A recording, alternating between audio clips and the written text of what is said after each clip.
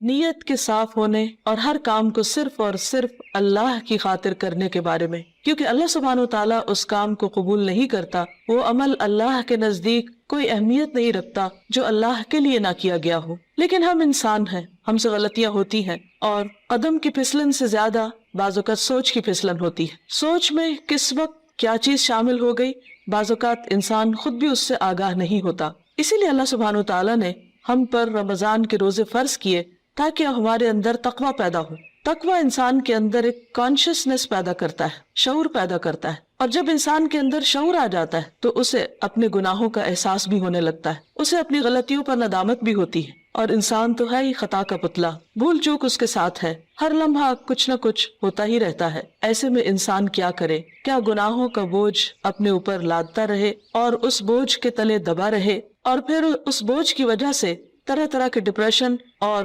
غم اور دکھ کا شکار رہے؟ نہیں، اللہ رب العزت واسع المغفرہ ہے، غفور الرحیم ہے، وہ اپنے بندوں کے گناہوں کو معاف کرتا ہے۔ رمضان کا مہینہ اس اعتبار سے ایک بہترین موقع ہے کہ ہم سب اپنے رب کی طرف رجوع کریں، انفرادی طور پر بھی اور اجتماعی طور پر بھی، اور اپنے گناہوں کی معافی مانگے۔ اللہ تعالیٰ کا وعدہ ہے کہ جو شخص سچے دل سے گناہوں کی معافی مانگے گا، اللہ تعالیٰ اس کو ضرور معاف کر دے گا، اور اللہ تعالیٰ کو معاف کرنے میں کچھ مشکل نہیں۔ قرآن مجید میں اللہ تعالیٰ فرماتے ہیں، قُلْ يَا عِبَادِيَ الَّذِينَ أَسْرَفُوا عَلَىٰ أَنفُسِهِمْ لَا تَقْنَطُوا مِن رَحْمَةِ اللَّهِ إِنَّ اللَّهَ يَغْفِرُ الذُّنُوبَ جَمِيعًا۔ آپ کہہ دیجئے کہ اے میرے بندو جنہوں نے اپنی جانوں پر زیادتی کی ہے، جنہوں نے خود پر ظلم کیا ہے، لا تقنطوا من رحمت اللہ، اللہ کی رحمت سے مایوس نہ ہو جاؤ، بے شک اللہ سارے گناہ معاف کر سکتا ہے۔ اللہ تعالیٰ کے لیے کچھ بھی مشکل نہیں۔ ضرورت اس بات کی ہے کہ بندہ سچے دل کے ساتھ، پورے اخلاص کے ساتھ اللہ تعالیٰ کی طرف رجوع کرے۔ ویسے تو رمضان بذات خود گناہوں کے کفارہ کا ذریعہ ہے۔ حدیث میں آتا ہے، نبی صلی اللہ علیہ وسلم نے فرمایا، وَرَمَضَانُ إِلَى رَمَضَانَ مُكَفِّرَاتٌ مَا بَيْنَهُنَّ إِذَا اجْتُنِبَتِ الْكَبَائِرُ۔ ایک رمضان دوسرے رمضان تک اپنے درمیان ہونے والے گناہوں کو مٹا دیتا ہے جبکہ کبیرہ گناہوں سے اجتناب کیا جائے۔ اسی طرح جب انسان ایمان اور احتساب کے ساتھ روزہ رکھتا ہے، وہ بھی اس کے گناہوں کی بخشش کا ذریعہ بنتا ہے، راتوں کا قیام بھی بخشش کا ذریعہ بنتا ہے۔ لیکن اس کے ساتھ ساتھ انسان کو پورے شعور کے ساتھ، پورے احساس کے ساتھ خود اللہ کی طرف رجوع کرنا چاہیے اور اپنے گناہوں کی معافی مانگنی چاہیے، خصوصاً کبیرہ گناہ، ان کے لیے معافی مانگنا ضروری ہے۔ اللہ تعالیٰ سے توبہ کرنے کا ایک طریقہ بھی بتایا گیا، اور وہ یہ کہ انسان اپنے گناہوں پر نادم ہو، شرمندہ ہو، ان کا اعتراف کرے، ان کو مانے، اور پھر آئندہ نہ کرنے کا وعدہ کرے، اور پھر اپنی زندگی کی اصلاح کر لے۔ انسان کی انسانیت اسی میں ہے کہ وہ اللہ تعالیٰ کی طرف رجوع کر لے اور گناہوں کا اعتراف کرے۔ انسان اور شیطان میں یہی فرق ہے۔ شیطان نے جب انسان کو یعنی آدم علیہ السلام کو سجدہ کرنے سے انکار کیا تو اس کے بعد جب اس سے پوچھا گیا کہ ما منعک الا تسجد اذ امرتک، اللہ تعالیٰ نے فرمایا کہ تمہیں کس چیز نے روکا تھا کہ تم سجدہ کرتے جبکہ میں نے تمہیں حکم دیا تھا؟ تو اس پر بجائے اس کے کہ وہ نادم ہوتا، اپنی غلطی کا اعتراف کرتا، وہ اکڑ گیا اور اللہ سبحانہ وتعالیٰ کو بلیم کرنے لگا۔ اس کے برعکس آدم علیہ السلام سے جب خطا ہوئی اور وہ بھول کر جنت کا وہ پھل کھا بیٹھے جس کے کھانے سے ان کو روکا گیا تھا، تو جب انہیں اپنی اس بات کا احساس ہوا کہ انہوں نے درست نہیں کیا اور ان سے جنت کا لباس اتروا لیا گیا، تو وہ فوراً اپنے رب کی طرف پلٹے اور انہوں نے اعتراف کیا اور دعا کی، ربنا ظلمنا انفسنا وان لم تغفر لنا وترحمنا لنکونن من الخاسرین، کہ اے ہمارے رب، ہم نے اپنی جانوں پر ظلم کیا اور اگر تو نے ہمیں معاف نہ کیا اور ہم پر رحم نہ کیا تو ہم ضرور نقصان اٹھانے والے ہو جائیں گے۔ گویا انسان غلطی تو کرتا ہے، لیکن اگر وہ رب کی طرف پلٹتا نہیں اور رب اس پر رحمت نہیں فرماتا تو پھر انسان کا کوئی ٹھکانہ نہیں۔ روزے کی حالت میں انسان کو اپنے آپ کا جائزہ لینے کا موقع ملتا ہے، کیونکہ بہت سی مصروفیات اور مشغولیات سے، خصوصاً کھانے پینے کی مشغولیت سے فراغت پانے کے بعد جب روزے کی حالت میں، بھوک کی حالت میں اس کو اپنا محاسبہ اور اپنا جائزہ لینے کا موقع ملتا ہے تو اپنی چھوٹی بڑی بہت سی خطائیں، بہت سی غلطیاں یاد آنے لگتی ہیں۔ ایسے میں انسان کا کام یہ ہے کہ انسان اپنی ہر غلطی پر اللہ تعالیٰ سے توبہ کرے اور دن میں کثرت کے ساتھ استغفار کرتا رہے، اللہ سبحانہ و تعالیٰ کی طرف رجوع کرتا رہے۔ خاص طور پر روزے کی افطاری کے وقت اور پھر سحری کے وقت، کیونکہ سحری کا وقت توبہ استغفار کا وقت ہے۔ قرآن مجید میں اللہ تعالیٰ اپنے بندوں کی خصوصیت بیان کرتے ہیں، وَبِالْأَسْحَارِ هُمْ يَسْتَغْفِرُونَ، اور سحری کے وقت وہ استغفار کرتے ہیں۔ سحری کے وقت یا تو سحری کی تیاری ہو رہی ہوتی ہے یا پھر انسان اس وقت کچھ کھا پی رہا ہوتا ہے، لیکن کچھ نہ کچھ وقت، خواہ وہ کام کاج کے دوران ہی کیوں نہ ہو، ضرور ایسا نکالنا چاہیے کہ جس میں انسان شعوری طور پر اللہ تعالیٰ سے توبہ کرے، کیونکہ اللہ تعالیٰ اس وقت اپنے بندوں کی طرف خاص طور پر توجہ فرماتا ہے۔ حدیث میں آتا ہے، ينزل اللہ تعالی الى السماء الدنیا كل ليلة لنصف الليل الآخر او لثلث الليل الآخر فيقول من ذا الذي يدعوني فأستجيب له من ذا الذي يسألني فأعطيه من ذا الذي يستغفرني فأغفر له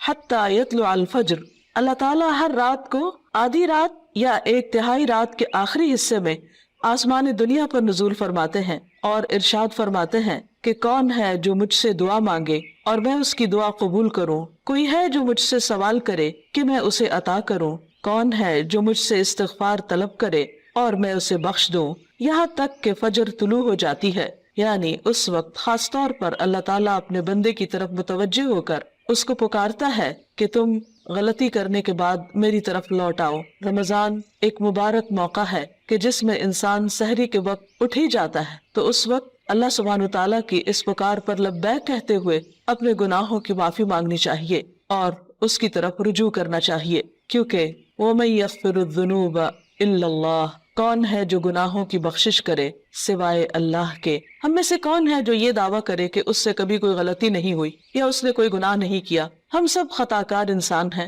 اور ہم سے غلطیاں ہوتی ہیں، لیکن غلطی پر توبہ کرنا اور غلطی پر شرمندہ ہونا انسان کی فطرت میں ہے۔ اگر انسان اس فطرت کو مسخ نہ کر دے تو جو ہی کوئی گناہ ہوتا ہے، انسان کا ضمیر فوراً ہی اسے آگاہ کرتا ہے کہ تم سے غلطی ہوئی ہے اور انسان اپنے رب کی طرف پلٹنا چاہتا ہے۔ لیکن بعض اوقات انسان کا نفس اس کو دھوکہ بھی دے جاتا ہے، اور بجائے اس کے کہ انسان غلطی کا اعتراف کرے، انسان اپنی غلطی پہ پردہ ڈالنے لگتا ہے، اس کو جسٹیفائی کرنے لگتا ہے اور پھر غلطی پہ غلطی کیے چلے جاتا ہے۔ کیونکہ ہوتا یہ ہے کہ جب انسان ایک گناہ کر لیتا ہے، اللہ کی ایک حرمت کو پامال کرتا ہے، اللہ تعالیٰ کی ایک نافرمانی کرتا ہے، تو پھر اس کے بعد اس کی جھجک ختم ہو جاتی، اس کی حیا ختم ہو جاتی، پھر وہ دوسرے گناہ کے لیے دلیر ہو جاتا ہے اور پھر گناہوں کا سلسلہ چل پڑتا ہے۔ اور اگر انسان توبہ نہیں کرتا تو وہ ایک سیاہ نقطہ جو دل پر لگتا ہے ایک گناہ کی وجہ سے، وہ نقطہ پھیلنے لگتا ہے حتیٰ کہ گناہوں کے ساتھ پورا دل سیاہ ہو جاتا ہے اور پھر انسان کے اندر سے احساس بھی ختم ہو جاتا ہے۔ اس کے باوجود انسان کو مایوس نہیں ہونا چاہیے۔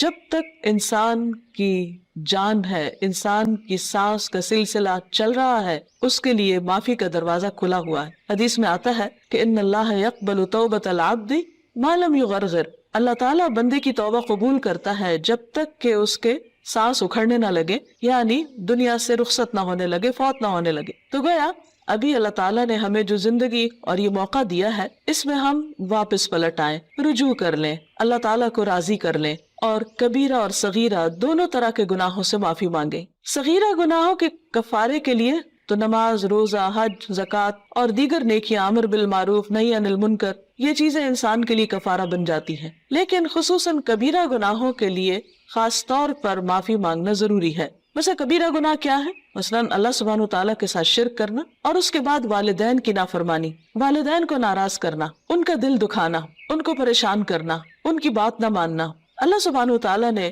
ایک نہیں کئی بار اپنے حق کے بعد انسانوں میں سے سب سے پہلا حق جس کا بتایا وہ والدین ہے، اور اللہ تعالیٰ کی رضامندی والد کی رضامندی میں ہے، اور اللہ تعالیٰ کی ناراضگی والدین کی ناراضگی میں ہے۔ والدین کو ناراض کرنا کبیرہ گناہ ہے، اور اگر انسان کی وفات اس حال میں ہو جاتی تو اس وقت تک معافی نہیں ہوگی جب تک کہ والدین معاف نہ کر دیں۔ حقوق العباد کے سلسلے میں جو بھی حق تلفی ہوتی، خواہ والدین کی نافرمانی یا کسی اور کی، یہ بات یاد رہے کہ انسان کو اس وقت صرف اللہ تعالیٰ سے ہی نہیں، بندوں سے بھی معافی مانگنی ہوگی، یعنی بندوں کو بھی راضی کرنا ہوگا۔ والدین کے بعد باقی رشتہ دار، دوست احباب اور انسانوں میں سے کسی انسان پر بھی اگر کوئی ظلم یا زیادتی ہوئی ہو تو اس کے لیے توبہ استغفار اور اس کے ساتھ ساتھ اس بندے سے معافی مانگنا بھی ضروری ہے۔ اسی طرح زبان کے بہت سے گناہ کبیرہ گناہ ہے، مثلاً جھوٹ بولنا۔ اسی طرح غیبت، اور غیبت کیا ہے؟ کسی مسلمان بھائی کی پیٹھ پیچھے اس کی برائی کرنا، کسی پہ جھوٹا الزام لگانا۔ کسی کو تانا دینا، کسی کے بارے میں بدگمانی کرنا، کسی کا مذاق اڑانا، نقلیں اتارنا، یہ سب دوسروں کا دل توڑنے والی باتیں، یہ تہذیب کے دائرے سے نکلی ہوئی حرکتیں، اور ہمارا دین ان چیزوں کی قطعاً ہمیں اجازت نہیں دیتا۔ کسی کے ساتھ اختلاف کا ہو جانا، کسی کی بات کو ناپسند کرنا، یہ ہر انسان کا حق ہے، لیکن یہ سب کچھ دلیل کی بنا پر ہونا چاہیے، محض جذبات کی بنا پر نہیں، کہ ہم اگر کسی سے اختلاف کرتے ہیں تو پھر ہم اپنے لیے اس بات کو جائز کر لیں کہ جیسے چاہے پھر اس کے ساتھ معاملہ کرے، یا جیسے چاہے اس پر الزام تراشی کرے، اور پھر اس کے بعد خود کو سچا ثابت کر کے یا اپنے آپ کو مطمئن کر لے، تو یہ بات جائز نہ ہوگی، یہ کافی نہ ہوگی۔ انسان کے لیے خود اس کا سب سے بڑا دشمن اس کا اپنا نفس ہے، اور انسان بعض اوقات باہر کے دشمن کو پہچان لیتا ہے لیکن اندر کے دشمن کو نہیں پہچانتا، جب وہ انسان کو غلطی پر تھپکیاں دے کر سلا دیتا ہے، یا اس کو مطمئن کر دیتا ہے، یا پھر اسے صرف دوسروں کے عیب دکھاتا رہتا ہے اور اپنے عیب بھلوا دیتا ہے۔ اس لیے بہت ضروری ہے کہ ہم ان تمام گناہوں، خواہ وہ جسم سے تعلق رکھتے ہوں، خواہ وہ دل سے تعلق رکھتے ہوں، خواہ وہ زبان سے تعلق رکھتے ہوں، ان تمام گناہوں پر نمبر 1 شرمندگی کا اظہار کرے، نمبر 2 ان کا اعتراف کرے، نمبر 3 آئندہ نہ کرنے کا وعدہ کرے، اور نمبر 4 اللہ رب العزت سے دعا کرے کہ وہ ان گناہوں کو ڈھانپ دے، ان کو ہمارے نامہ اعمال سے مٹا دے، اور ہماری توبہ کی وجہ سے ان گناہوں کو بھی ہماری نیکیوں میں بدل دے، کیونکہ اللہ تعالیٰ کے لیے کچھ بھی مشکل نہیں۔ قرآن مجید میں آتا ہے وَهُوَ الَّذِي يَقْبَلُ التَّوْبَةَ عَنْ عِبَادِهِ، وہ اللہ ہی تو ہے جو بندوں سے توبہ قبول کرتا ہے اور اس کو پسند کرتا ہے کہ بندے اللہ کی طرف رجوع کریں۔ وَيَعْفُو عَنِ السَّيِّئَاتِ، اور وہ خطاؤں سے یعنی صغیرہ گناہوں سے درگزر کرتا ہے۔ وَيَعْلَمُ مَا تَفْعَلُونَ، اور وہ جانتا ہے جو کچھ بھی تم کرتے ہو، یعنی ہمارا کوئی بھی عمل، خواہ وہ چھوٹا ہو یا بڑا، تنہائی میں کیا ہو یا سب کے سامنے، اللہ سے تو چھپا ہوا نہیں، پھر اس کے فرشتے لکھ بھی رہے ہیں۔ اس لیے بہت ضروری ہے کہ اللہ کے حضور حاضر ہونے سے پہلے ہی ہم اپنے ان گناہوں کو اپنے نامہ اعمال سے اپنے آنسوؤں کے ساتھ دھو ڈالیں، اور عجز و انکساری کے ساتھ اللہ کے حضور جھکیں، اور زبان سے بھی استغفار کرتے رہیں، اور اس کے لیے خاص طور پر استغفر اللہ، اللہم اغفر لی اور استغفار کی دیگر دعائیں پڑھنا بھی فائدہ مند ہے۔ اللہ تعالی ہمیں عمل کی توفیق عطا فرمائے۔ وآخر دعوانا ان الحمد للہ رب العالمین۔